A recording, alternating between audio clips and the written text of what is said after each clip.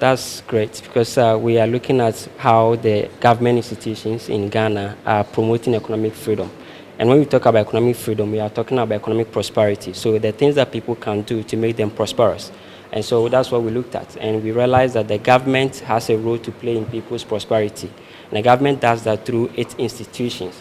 So those institutions have to know their mandate, the things that they are endowed to do. What is their deliverable? What are we expecting from them? Okay, and that's what we looked at. Are they able to come up to task? Are they able to do what is required of them?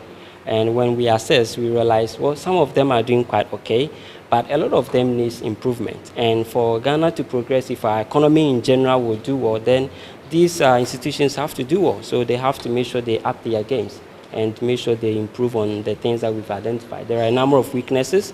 We've done a lot of research. We've collected a lot of information to come up to these conclusions, and we've made recommendations. And we believe that when these recommendations are put to practice, it will go a long way to help the country in general to progress. So we found that the Ministry of Interior did extremely well, way above all the others, and realized that there were 9 institutions that didn't do well.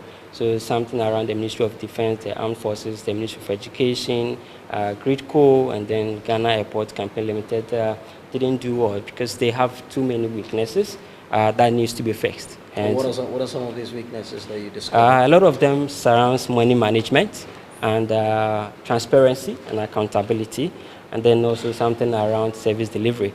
So they need to make sure that the services that they are delivered are actually timely. Are they timely? So sometimes there might be services that are provided to the people, but they are at the wrong time. And they have to be at the right time, so it's important.